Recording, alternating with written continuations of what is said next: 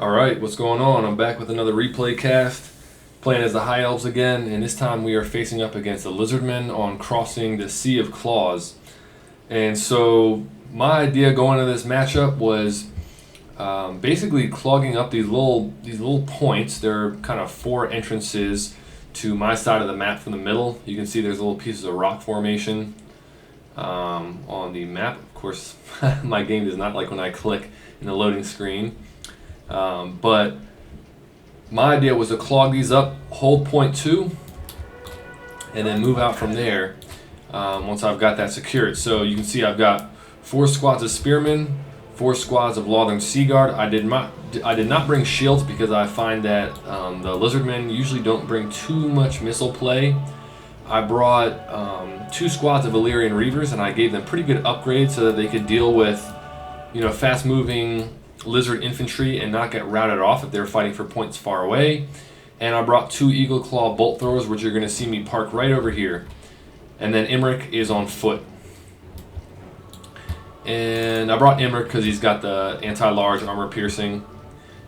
Now for my opponent, he has got, he's got Kroq-Gar on foot. He's got Saurus Spears, Saurus Warriors, and Chameleon Skinks, and it looks like that's just about it. Big blob of those. So, pretty basic infantry fight going on to start. And you'll see the way I'm setting my formation is so that I can protect my missiles, and I can get some capture weight on here safely. And I was assuming that he was going to bring some large units, potentially some Cold One Riders in the beginning. He did not. That's part of the reason I was going with this formation to start. You'll see that I'm positioning my Northern Sea Guard behind the spear wall, and basically just going to set up a bastion on this area. I'm actually going to fast forward it just to skip through some of this. He's going to cast, maybe it's a Bastillon that fires. Yeah, so I know I got shot on the approach by something. Looks like it was the Bastillon. So Northern Sea Guard opening fire on the Bastillon. Not going to do too much damage on him because they do not have armor piercing. And the Bastillon has 140 armor, but a decent amount.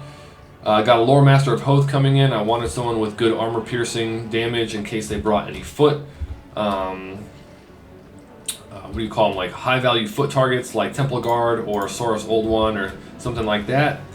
Eagle Claw bolt throwers are going to be shooting at the Bastillon using their single target attack. And then Imrik is charging in to go after Kroq-Gar. So there's going to be a big melee on this point. Spearman just trying to hold the line. Again, Imrik going after high value targets like Kroq-Gar. I got the Dragon Lance and whatever else that he brings. Lord of Dragons I was casting on units like Kroq-Gar, high value units.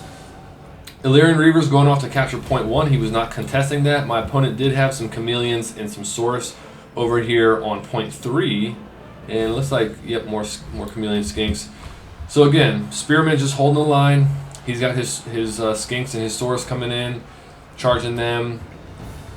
And that's going to be decent value trading for him, but it is giving me room for my archers to shoot. My Lore Master and Imrik have already done pretty good damage to Kroq-Gar. And so he ran him out, try to get him into another fight, stay away from me, and I'm just going to pursue there. Now I saw my opponent was bringing Cold One Spear Riders over to take point 1, so I backed off with the Illyrian Reavers, and I brought a squad of Silvern Guard over there. Bolt Thrower still shooting at the Bastillon. You can see they're doing pretty good damage to him. I really wanted to make sure I had a decent balance of armor piercing, non-armor piercing, and anti-large attacks. So, Eagle Claw bolt throwers for some of the armor piercing anti-large, Northern Sea Guard for some of the basic, non-armor piercing missiles. I made sure I brought Northern Sea Guard as opposed to standard archers so that they could deal with a situation like this where there's a Bastillon that comes rampaging into the back. And got my Archmage coming onto the field. I brought a Mage of Death so I could bring Spirit Leech and focus on situations like this. And you can see now the Bastillon is running off the field. Cold One Riders coming in to support Kroq-Gar, who's getting kind of taken care of by my Lore Master and Imrik. These guys are going to be pairing up throughout a lot of this match, you'll see. They have broken through this part of the line, but again, Lothern Sea Guard are going to hold out pretty well, and the Spearmen did rally once they backed up to this line. My mage is kind of just sitting in the back, saving up magic, getting ready to do some more casting. Silver and Guard matched up against Saurus with spears, and Illyrian Reavers coming over here to take care of these chameleon skinks. Got a squad of white lions on the way in case they bring more infantry. And Kroq-Gar is on the run being escorted by these Cold One Riders. It's got me bogged down by some chameleon stalkers.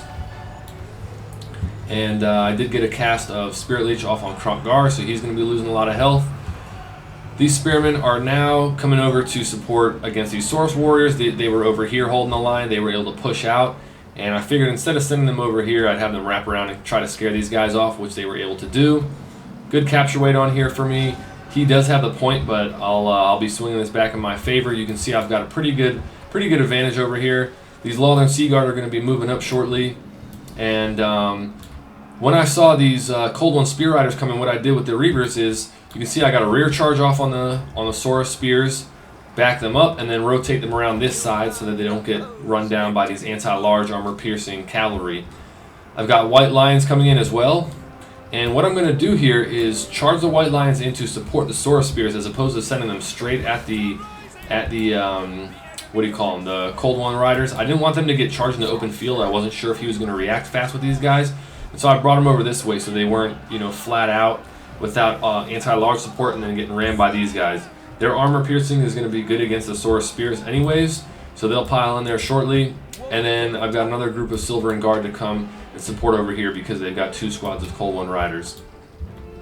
Eagle Claw Bolt Thrower still shooting uncontested. My opponent is still sitting on 0.3. You can see I'm getting pretty far ahead in the value trading, so that's a good sign.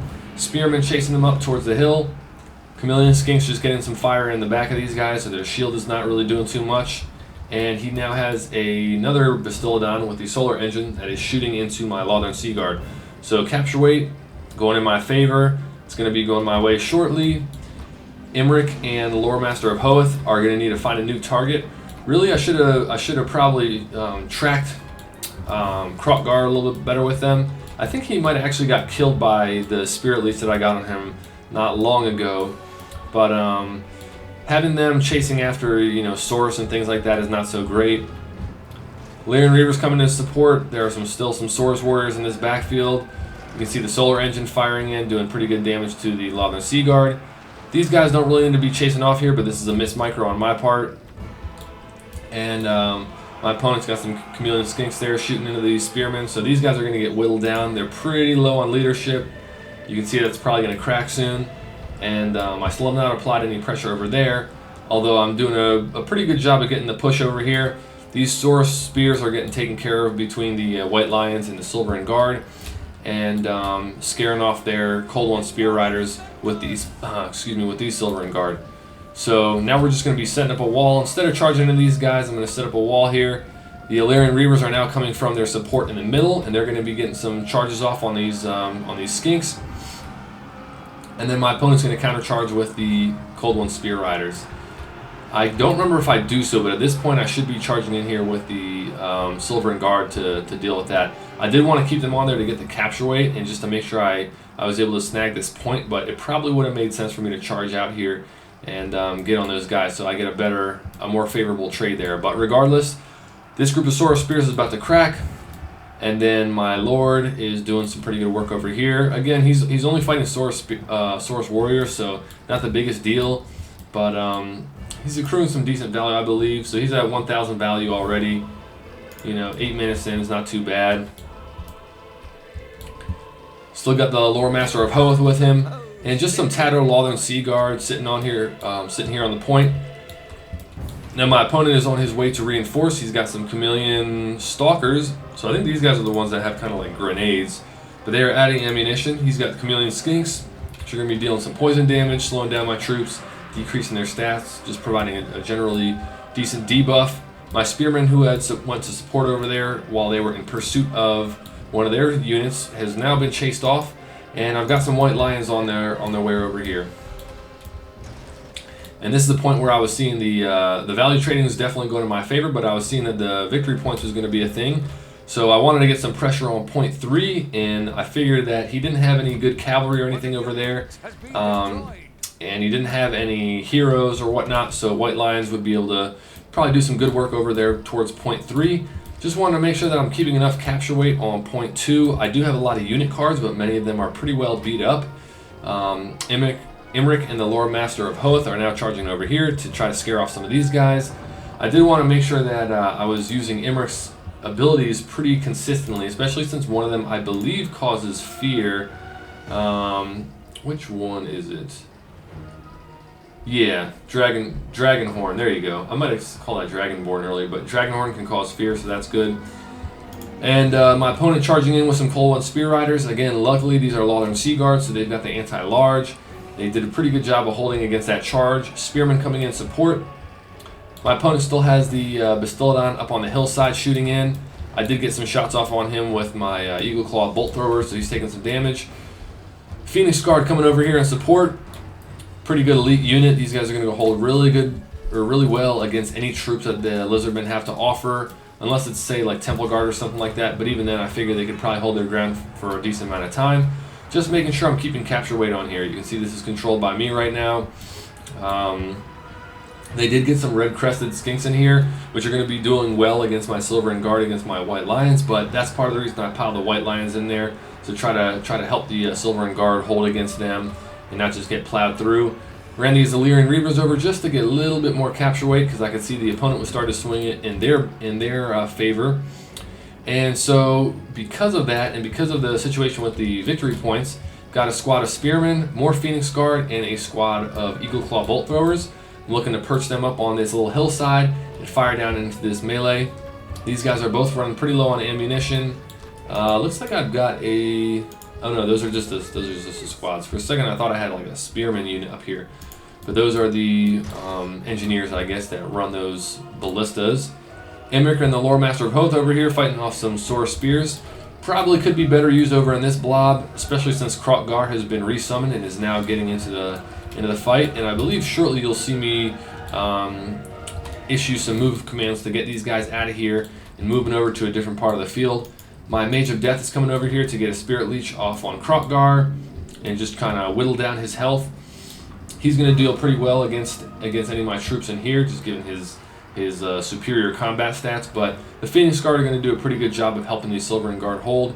And you can see he's starting to get some competition against me with these the capture weight on this point. Now this is the part where he caught me out. He got Chameleon Skinks snuck around the side. I'm not sure if they had been fleeing off and then they stopped, but I did not notice this happening. Ended up running some Phoenix Guard over to deal with them so that they couldn't take out my Eagle Claw Bolt Thrower, but they're already getting a little bit of damage on those guys. Another squad of Spearmen on the way to reinforce and just get some capture weight on here. Imrik and the Lore Master are now making their way across the middle of the field past point 2. This is one of those situations where having him on a horse would probably be way better. To be fair, I probably shouldn't have let him get too far off in this area. Given he's a Footlord, I probably wanted to keep him more central and make sure he could bounce back and forth between these 2 points.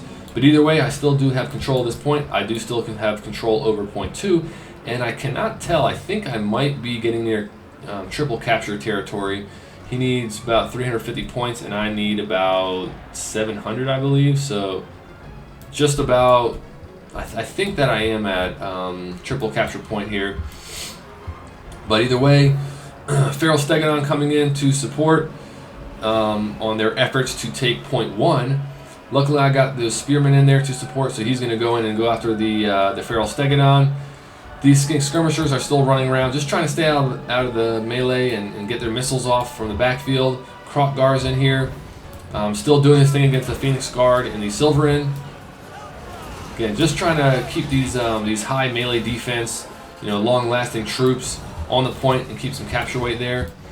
My opponent is bringing in a squad of Skinks, and although the use of Fata Buna here is probably not a great use of the the Winds of Magic. When I cast that, I was basically thinking, okay, the name of the game right now, I'm far ahead. I'm almost 3,000 ahead in the gold value, or the damage value. The name of the game is going to be controlling these points, and I do not want him getting capture weight on a point 2, especially when I need to at least have a double, potentially a triple cap at this point. So I brought in the Lyrian Reavers to support these Spearmen. We're going to get in here and be fighting the Skink cohort, and the Fate of Buna basically just soften these guys up so I can clear out some of their unit models and take some of that capture weight away from them. Another squad of Phoenix Guard, they had dealt with the Skink Skirmishers, are on their way in here. I actually don't know who the Eagle Claw Bolt Throwers are shooting at. It looks like they're shooting at the Feral Stegodon, because that was their big, large target over there. Imrik has made it over here. I don't know. I think the Lore Master of Hoth has been taken out at this point. So he is no longer with his partner. But I had Imrik pursuing Kroq-Gar. He did a good job and noticed me doing that and moved him away. Victory points getting real close here. So I still do have control over point 1. I have control over point 2. And I'm on my way towards point 3. He does have some chameleon skinks there. These white lines of Crace are, I don't know if it's Trace or Crace, but these white lines over here have been scared off. I think they're going to flee eventually. You can see their leadership is basically cracked there at 7. That might go down far enough for them to flee just from the missile fire from these chameleon skinks and from getting near opponents. Good squad of Illyrian Reavers coming in here to chase down these chameleon skinks. I actually didn't realize they have okay-ish melee stats. They're not as bad as I thought they were, but luckily these Illyrian Reavers have pretty good stats and pretty good experience themselves, so they're going to deal with them and then get on top of these guys so I can get some capture weight on point 3. Again, getting real close on the victory points. You can see that I still got a double cap. My opponent's got some Soar Spears coming in here to compete for point 2. Just brought in some reinforcements from my backfield. And these Lawthorn Sea Guard are going to be coming in here to get on top of point 2 themselves to support there. I have a pretty solid hold on point 1. Kroq-Gar is fleeing with the rest of his troops. I got a wall of Spearmen and Phoenix Guard on point 1. Imrik here in support. Some more Silverin Guard backing up. They don't need to pursue necessarily. White Lions coming in to support on point 2 as well. And I believe I unsummoned my Eagle Claw Bolt Throwers that were on the ramp. I don't believe they got chased off, but they ran out of ammunition. So unsummoned them, resummoned a new one, and they're going to be firing in there. And another squad of Lawthorn Sea Guard are on the way. Resummoned my Mage of Death. He was taken out earlier. I don't know by what exactly, but getting some capture weight on point 3 and just trying to push through these chameleon stalkers. The group of chameleon skinks has been chased away, but the stalkers are piling in, trying to keep me from getting up this hill and onto the point. And you can see the border of the, I kind of not see that. Yep, you can see the border of the capture point is just on the edge of where this fight is going on. You can see my Reavers. A couple of their models are on there. The Spearmen are not quite pushed in yet, but they're starting to chase them off. And these chameleon stalkers are running and really getting down to the wire here. So, seeing the gold value at this point, I was like, all right, now it's all about the victory points. It doesn't matter how many kills I have and whatnot. Gotta make sure I'm taking the points. So, still got a couple units sitting over here. Probably could have sent Imrik and some of these troops more central. My Lore Master is also on the way. My opponent has now taken control of point 2, unfortunately. And luckily, I was able to take control of point 3. And after I did so, I set up my spear wall to block their squad of Cold One Riders. Couple points away from my opponent. I'm this close to capturing point 2, but just not going to make it. And, I lost this one, but I was having so much fun this match. I felt like there was a little bit more of a closer skill level between me and my opponent. There was a good movement across the map. A lot of combat around this central point and over here. Pretty back and forth action. Well played to my opponent. Definitely did a good job of taking advantage of the victory points and being attentive to those, even though he was falling behind on the value trading. So that was good play on his part.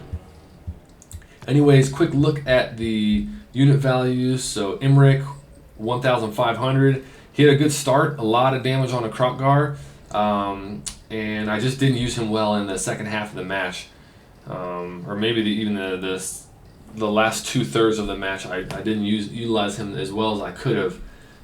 Eagle Claw Bolt Throwers got decent damage. Lawthorn Sea Guard got pretty good damage. Lyrian Reaver's pretty good. Spearmen did decent. Basically pulled their weight. My Lore Master of Hoth did pretty good. I brought him pretty bare bones. I think I only brought Spirit Leech on him and didn't bring all of his abilities. Phoenix Guard did not do great. Might be a note for me to, if I bring them in the future, only bring one against Lizardmen, or potentially prioritize their unit targeting a little bit better. Mage of Death did alright. Silvern Guard did alright. White Lines didn't do great, and this Eagle Claw Bolt Thrower did alright. Kroq-Gar didn't do good. This Bastiladon didn't do great. This thing got mowed down by my Bolt Throwers. Saurus did decent. Actually, maybe not. Chameleon Stalkers and Skinks did alright. These Skinks did really well. This Bastiladon didn't do great. This Feral Stegodon didn't do great. Coal and Spear Riders didn't end up getting his Kroxagors in. Yeah, his Chameleon Skinks did very well. So, yep, lesson learned. Pay more attention to the victory points and make sure you're getting capture weight on them early. Although I did have a pretty good setup around point 2 for combat and value trading, I did not get enough capture weight on there. And it's crazy. I was probably, I would say, 5 to 10 seconds away from capturing point 2 at the end there. And if I had done that, I could have won. And so what that showed me was in the beginning, the way I had set up in the middle, if I had pushed just a little bit further onto the point with more of my troops, I could have won that capture weight battle, and that would have made the difference in the end. But lesson learned, pretty good game overall, definitely down to the wire, which is fun. And yeah, thanks for watching, and I'll see you on the next one.